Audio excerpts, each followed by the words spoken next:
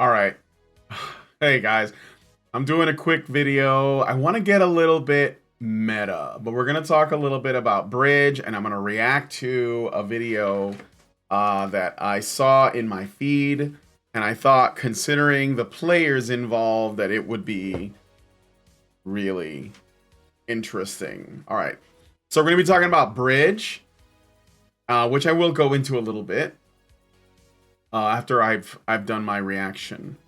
But essentially, in the short version, Bridge stands for Benchmarking Race Inclusion Diversity in Global Engagement. Yes, I hate that these people constantly come up with new ways to rebrand the same communist nonsense just by like giving it like a clever, acronym. I feel like there's more board meetings around branding this stuff than actually like thinking about whether or not it's a good idea to implement. I swear, it's crazy. And so yeah, just a brief idea. Bridge is sort of like the meta version of DEI, which we have talked about. DEI meaning didn't earn it. um, or DIE, which I know a lot of people like to use instead. And essentially, it is Bridge is just the next evolution of that. It's like a Pokemon. It's evolving into like a much stronger Pokemon. I don't follow Pokemon, but you guys that know Pokemon, I think you can like come up with a better analogy than this. But yeah, Bridge is the only independent. This is according to their own website, which I'll go ahead and show here. So what is Bridge? Let's take a look.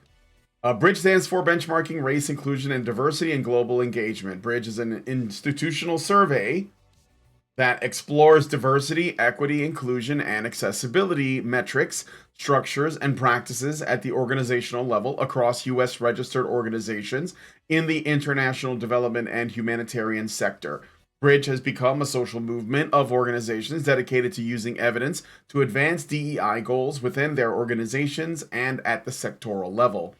The data from Bridge serves as a tool for our community to ground truth, organizational practices, what the hell does that even mean, with evidence, and serves as a call to an action to advance equity and inclusion in the sector.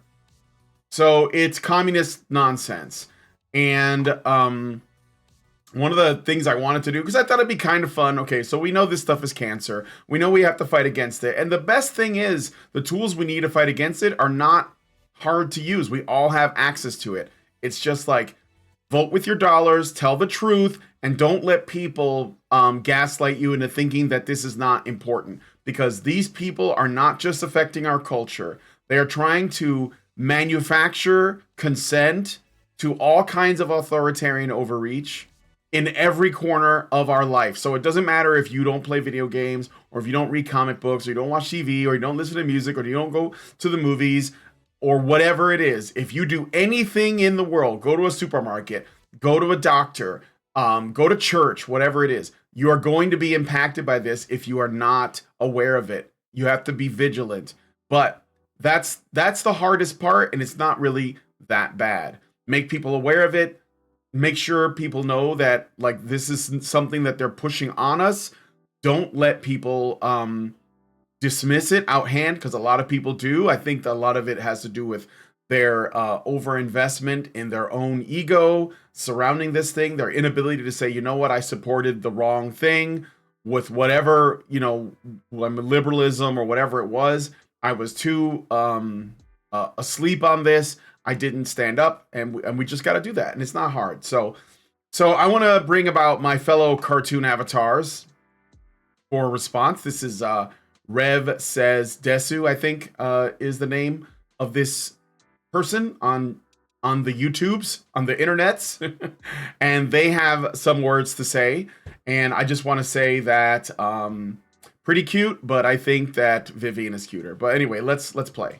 Hey, what's up, guys? Rev here. So over the past couple of weeks, we've talked a lot about DEI initiatives and how they have been weaponized to introduce woke nonsense into the video game industry. We've talked a lot about Sweet Baby Inc. This is a consulting firm that uses DEI principles and uses that as a vehicle to inject woke nonsense into many different titles. And we have seen the disastrous results of what they have done and the games that they have ruined, not to mention the absolutely toxic attitude that has been fostered by these programs, where you have many developers and alike who are going around openly expressing their hatred of gamers, of white people, and of men and many other groups. Now, we've seen other companies and agencies as well come to the defense of Sweet Baby Inc. and those like them, trying to Yeah, like literally like the government, which again we have covered. This is actually really crucial. I will be doing an interview with BX, who does a lot of research into all kinds of ways that the government infiltrates our culture and our society in ways that you would not expect. And they push for things because ultimately they desire more control. And if there's one thing that these people hate, it is people who think for themselves. And usually that means men, but it's not exclusive to men. All right, let's continue. To back up their message, whether it's through financial funding or through protecting them through other avenues. Now, what if I told you that there is a threat out there, a DEI powered one, that dwarfs the influence, the potential influence of groups like Sweet Baby? What if I told you there is a group out there, an initiative that wants to integrate these DEI principles into every single facet of your life? Well, Yeah, so Bridge is not a single group, but I guarantee you that it's even Bridge is not the only thing. And that this likely goes higher. I know it sounds conspiratorial, but it's not, because it's literally happening and they're literally telling you that they're doing this. So there's nothing about that. I mean, conspiracies happen. Conspiracies are real. You know, I know that people have been gaslit into believing that conspiracy theory means false, but only in, I think that they do exist, and we have to be able to discern the difference between a real conspiracy and a, you know, like a dead end conspiracy theory, which is why they would even call it a theory. But even a theory has like some basis for existing. That doesn't mean that it's always true, but I think that we're conditioned through propaganda to think that anytime somebody says conspiracy theory, we're supposed to dismiss the person saying it as a liar. And if you look at, I don't know, like who's the most famous conspiracy theorist online? Alex Jones. Well, how often has he been wrong compared to how often he's been right? Like this tells you everything you need to know. So these people, like gamers, like Rev here, they're going to follow this like wherever it leads, because that's what we do. Okay, let's keep going. this is a reality thanks to the initiative Bridge. This is a group that we're going to be talking about a lot today. So think of them as Sweet Baby Inc. on steroids. They not only want to integrate DEI policies into the games that you play, they want to integrate this into your daily job. They want to integrate. Well, yeah, they already do. So this, okay. First of all, I just want to say before I play more, Rev, please don't ban me, bro. Well, don't ban me, miss, whatever you identify as. I'm on your side. So, just like, look, I'm here to help. I'm here to help. So just don't come after me. I support you. Shout out to Rev says Desu. And also shout out to Kershaw, who's doing really great work, who is also going to appear in this video. Integrate this into every form of entertainment available to you. They want to integrate this into the way that products are marketed and sold to you. According to their CEO, this is a direct quote, they want to integrate all of these policies to the point where it is in your DNA to act a certain way. And even those who resist these policies and initiatives, they will be bombarded with this stuff until they have to accept it because it's a part of every facet of their life. Yes, this should be very concerning to you. Now, how do we not know about Bridge? I would probably assume a lot of people watching this video have never heard of this initiative. Well, that's probably intentional. A lot of these groups like to stay underground and do their work behind the scenes so people can't call out what they're doing. So we have to thank people like Kirsche, who have been in the trenches fighting against groups like this, and has been the main person responsible for bringing attention to Bridge. And she has asked other people to share the message, and I am very glad to do that today. So for is this like a waifu overload or what? Okay, let's hear. Okay, so this, I wanted to say something about this too, but I'll let Rev say it and then I'll say something to it. Context before we watch a short clip from her. Basically, we have this clip here from Tim Pool that she's reacting to, where he is showing that people like Charlemagne are trashing DEI initiatives. And he claims in this video that this is basically a big victory, that DEI initiatives are dying. We've seen that across the video game industry. However, as Kirsche will point out, this is not the end of the war. This is simply a battle where, yes, there are some major steps being taken against some of these original DEI initiatives. However, a lot of these initiatives have simply rebranded into something much more nefarious with global intentions. Let's listen to Kirsche real quick. All right, I just want to point out for Rev, because I know that that's how it looks, and I don't know what Kirsche's take on Tim Pool's take on Charlemagne the God's clip is, but Tim Pool is wrong. Charlemagne the God was not trashing DEI like in principle. He was trashing DEI in its efficiency and execution, which means Charlemagne the God loves the idea of DEI. He wants that to work. He thinks people who are undeserving should be given these positions. This stuff should be pushed on people.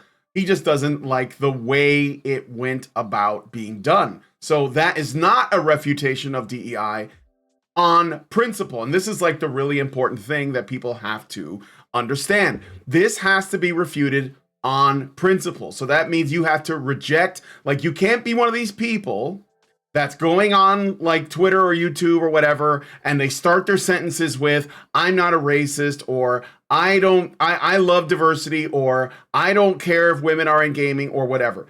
The moment you do that, you are essentially accepting their framework. Their framework is you don't agree with us, you must be a bigot. And so if you step in and say, I'm not a bigot, but here are my criticisms, you will lose every time in the long run, especially. Maybe in the short run, you'll score a couple points, but you will not win, because on principle, you are not refuting this thing flat out, okay? Gaming and business and every aspect of our society, especially in the West, has never, I would say never in recent history, excluded anyone on the basis of immutable characteristics. Women have always been able to work, but they mostly did not. In fact, before industrialization, women worked as much as men. Everybody worked all day long because we didn't have the tools to not do that. So the idea that men were just literally keeping women out of jobs is ridiculous. Go check out Badger live streams for videos on that subject specifically. But it's part of a larger, broader lie about reality, a lie about our history, okay? And if you accept those lies and then you're using that as your baseline, I mean, it might just be misinformation for you, not lies per se, but if you use that as your baseline for essentially fighting against this DEI crap, you will lose, because they have set up the framework. They have framed the entire discussion already. And if you operate within their frame, you will lose. That's an inevitability. So this Tim Pool thing is a proof of that, because if you watch Charlemagne's video clip where he made a guest appearance on The Daily Show, which is a far left, I mean, like, I don't even like to say far left. It's just like your typical globo homo commie bullshit TV show. It is. It's no better or worse than any other late show on television. They're all towing the line, and even like the supposed right-wing ones, again, a word I don't like to use, but even they're towing it to essentially at the speed limit. That's about it. It's all the same crap, and it all has to go. And Charlemagne was not rejecting it on principle. He never said there should only be a meritocracy. He never said any of that. He said, in fact, this is just, I don't like this because it's not enough, or it's too sloppy, or whatever it is, but I like it in principle. I'd like it to be executed better. That's what he's saying, and I don't think that is a good hill to die on. So Tim Pool was wrong about that. Rev, maybe you didn't catch it, I don't know. With respect, though, I will say that Tim Pool is wrong flat out, like, not only because this is not the end of the battle, but because this battle that he thinks he won, we did not win.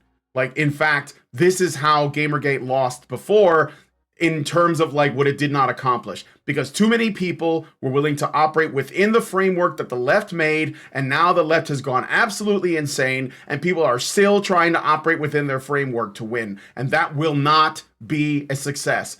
You guys have to learn from this.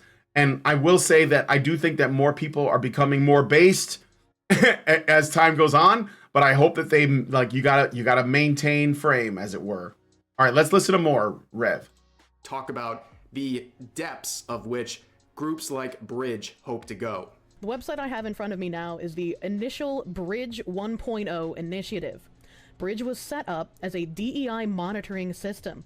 They were responsible for seeing how well DEI was working, and after years of having DEI as hiring practices or as marketing techniques, they even agreed with what Charlemagne in your video said, and many others still say today. No one likes going to the diversity meetings. No one likes having to listen to any of these. They just do it to check a box. And Bridge is making it so it's no longer just checking the box. You will be doing the work. They're going to be making DEI a tenet. I know that Kershaw knows this already. Doing the work is commie language for re-engineer society. Like, do you guys really want people telling you what you're supposed to believe and what you're supposed to think? And the only thing that is essentially like keeping you in line is a fear of being called a bigot, and like, people taking away your rights, taking away your bank accounts like they're doing in Canada. That's why this has to stop, guys. This channel is about culture. It's about art and the importance of art and beauty. That's why I do it. I use gaming because it is the most popular medium for those things, but I will talk about other things like comics and literature and music and film and television and culture more broadly. But if they can do it to the culture, if they can do it to the things that matter the least, why wouldn't they do it to the things that matter the most? And they are doing it to those things.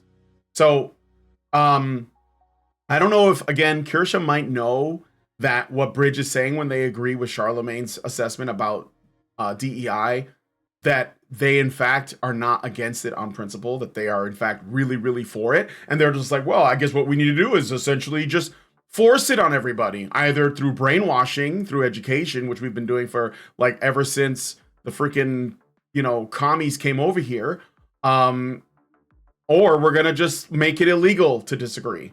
I mean, they don't have a problem taking away free speech. We know that. They don't have a problem disarming people. They don't have a problem printing money until it doesn't mean anything at all to make people poor. They don't have a problem taking away access to your, bank accounts. They don't have a problem deplatforming you, destroying your business, destroying your job, making sure you're unemployed, sick, hungry, and they think it's funny because ultimately they don't care. In fact, the people who support this shit, they don't care about them either.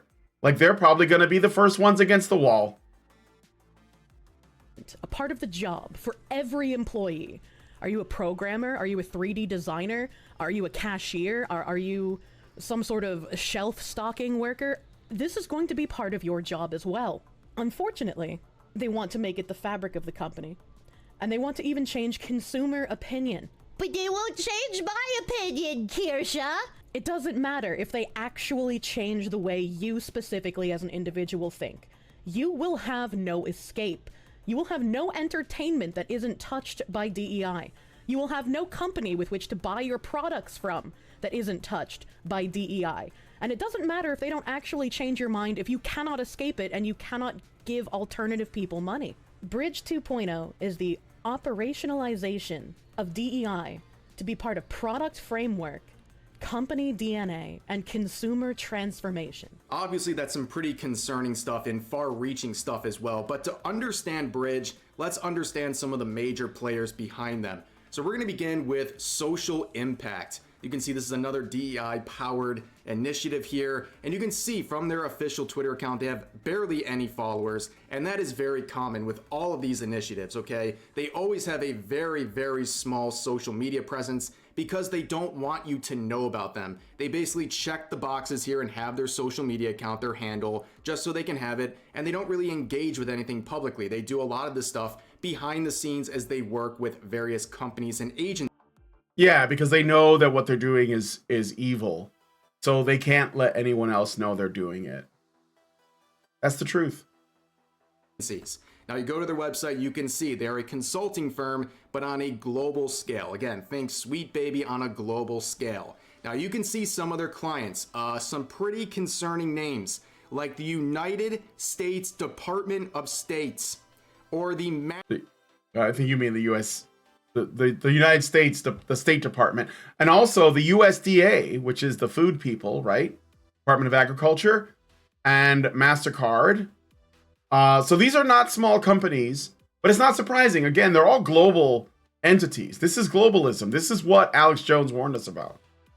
I mean, like, this is just a facet of that. But do not be disheartened, guys. No black pills. No black pills, okay? We know about this now, and there are people working in their own ways to make this, like, either prepare for this or build new things. And I think that that's what we need to support. So, no black pills. I won't have it. No. No. All right, let's play a little bit more, and then I think I'm gonna close it out. MasterCard Foundation. You want to talk about some powerful groups? Talk about the MasterCard Foundation, because if someone working for them wakes up and feels like taking down an entire art platform, for example, because they don't like some of the art featured there, they can do that by pulling out or threatening to pull out their services as a payment processor. They are extremely powerful, and these are clients of groups like this. Now, if you search on their website, you'll also see a tab for Bridge. Now, what is Bridge? Well, we've been talking about them benchmarking race, inclusion, and diversity in global engagement. And like all of these other initiatives, they mask themselves as this sort of, diversity promoting initiative, but it's a lot more deep than that. They use that to inject whatever narrative that they want. It goes way beyond what they initially claim. And you can see that they've had some testing. They actually released Bridge 1.0, the beta patch, I guess, back in 2021, where they went around to different sectors to collect data and use some of this data to eventually mold some of their attack plans for integrating DEI on a massive global scale. However, they ran into a problem when they looked back at all the data. People weren't performing the way they liked. So basically, as this article points out, the CEO and founder of Bridge was a bit disappointed because they found that a lot of these companies were doing these DEI initiatives. What they were doing was actually following through, but they were only doing it because it seems like they felt like they had to, right? They were just... Yeah, well, they don't want to be called bigots. By the way, it's worth pointing out a little bit about this. So you're probably I think you guys should look at activate your pattern recognition when you look at these pictures, and you look at the people involved and their names and specifically their sex. How many women are doing this? In what ways does a large number of women who enter a space alter that space? I know there are women that watch sometimes, okay? But ladies, seriously, ask yourself, why is this happening? Okay? Kirsha, you're a woman. I know that you know, okay? Packer Girl, Allison, Hannah, I know that you guys know. You see the patterns, all right? So I want to read this. Danielle Long, in the wake of International Women's Day and World Pride Month and the subsequent flood of rainbow flags, empowering talks and hashtags, do DE&I policies risk becoming performative marketing exercises? The Drum spoke to leading DE&I specialist Cheryl Daja, the CEO and founder of Bridge, about the need for a narrative change as the organization eyes global expansion. Just checking a box, and they were doing something to make these people happy, and they thought it'd be good for their business. So As they point out, as soon as Pride Month rolls around, they put the Pride logos in their banners on social media. They do all that stuff, or they add the pronouns to their bios. They do things like that because they believe it's good for their business. They don't actually believe in a lot of this stuff, but they just do it to check a box, which is obviously quite disingenuous. But when the CEO and founder of Bridge discovered this, she has a... Yeah, but we don't want it to be genuine, though. We don't want it at all. Like, I mean, I'm not disagreeing with Rev here. I'm just saying that, like, if it doesn't work because it feels disingenuous, that's probably because there are people who don't really agree, but they're just doing it because they're worried about what might happen if they don't. And obviously there are, like, you know, risks to not doing it. As Kim Belair said, terrify them with what might happen if they don't give you what you want. So don't act like that's not normal for these groups to do that. But I think that they should just say, fuck you. Pardon my French, but they should just say fuck you and then move on. Solution. She wants to bombard these companies on a lifestyle type scale to the point where they start actually believing in these initiatives, where they can't do anything else but accept it because it's in every facet of their life. Even if they don't like it, eventually they'll be worn down to accept it. And that is the CEO right here. And now we're going to watch a clip. Okay, so again, let's look at the breakdown. Woman, woman, woman, maybe a woman, woman, man, man, man, woman, man. So we got mostly women on this panel. And I think I'm just looking at the patterns, you know.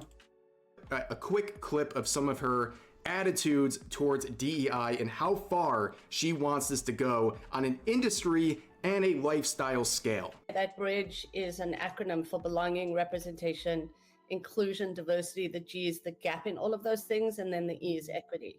And our mission is really about moving the narrative of DE&I away from philosophy to operationalizing inclusion as a business practice. Our goal is really about operationalizing inclusion, as I said, as a business practice, not a philosophy anymore. Yeah. And, you know, to your point, Sasha, what that does is it removes the dependency of DE&I from an individual personal function, and it places it squarely on everyone in the organization, right? Now that goal of integrating these DEI initiatives into every facet of your industry and your business, and basically into every aspect of your lifestyle, is reflected. I just want to point out that here's an area where that's probably not going to happen. And let me know if I'm wrong about this. I have a feeling that this DEI stuff is only going to be in white collar positions.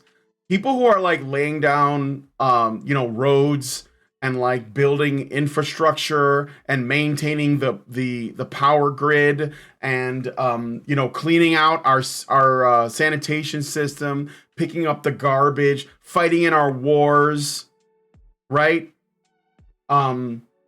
Working as forest rangers, Coast Guard, firefighters, police officers, National Guard, all of those positions, lumberjacks, Alaskan fucking crab fishermen. That's not going to be DEI specific. I'm going to find that there's not going to be a lot of like trans men looking to work in those positions. I have a feeling they're not going to be trying to fill quotas there. It's only going to be like the extremely prestigious, white collar stuff. And of course, they're not going to tell you this, but they're going to cram it into our culture. They're going to cram it in our entertainment, which, by the way, and I've said this for a while, we don't really need. I think culture is really important, don't get me wrong. But if it comes down to it and there's like no refuge, at least not in like the popular mainstream areas, we can just build our own thing or we can just leave. Because they're not going to do this in like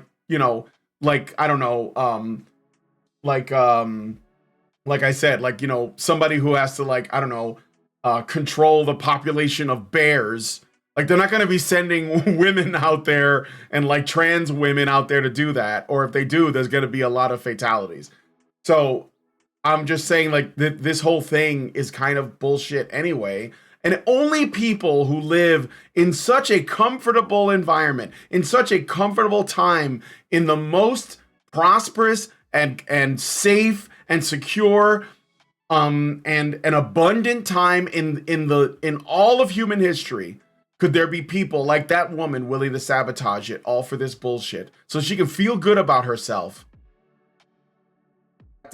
On their website, you can see that the Bridge mission is created to make a cultural shift in companies where DEI principles flow through all facets of an organization, from the C-suite and marketing through product development, procurement, and customer service. If you didn't really understand what they're saying here, that is basically every facet of every company that exists, including the way that products are marketed and how they are sold to you, which means everything from the games you buy to the media you consume to even the shelf products that you consume will be marketed and sold to you according to these DEI principles that'll be intertwined into every facet of the organizations that are making them. Yes. All right. Well, I'm going to wrap it up there. Yes, that's all true. However, again, I must say that there's going to be places where you're just going to need straight white dudes. I'm just saying, like, that's not going away. So they can try this. I thought it would be worth putting this out there. Mostly, I just thought it was cool to have, like, 3 VTubers on the screen at the same time. But let me know what you guys think about this in the description, and let me ask you this too: if you happen to have the ear of Rev Says Desu or Kirsha, I've been trying to reach out to both of them, and I haven't had much success. I want to bring them on a BadgerPod Gamergate, not just because I like their avatars as well, but mostly because I want to talk to them about this stuff, because they are digging deeper, and I think that's what we need, is we need more people digging deeper. And maybe it'll be the digital waifus that save gaming. If we all combine our powers, we might be able to save gaming. Anyway, thanks guys for coming on the stream and humoring me for a little bit while I went through these things. And please subscribe to the channel. I'm almost at 500 subs, and I would love to get there. I feel like I'm at where am I at right now? Let's see, 460.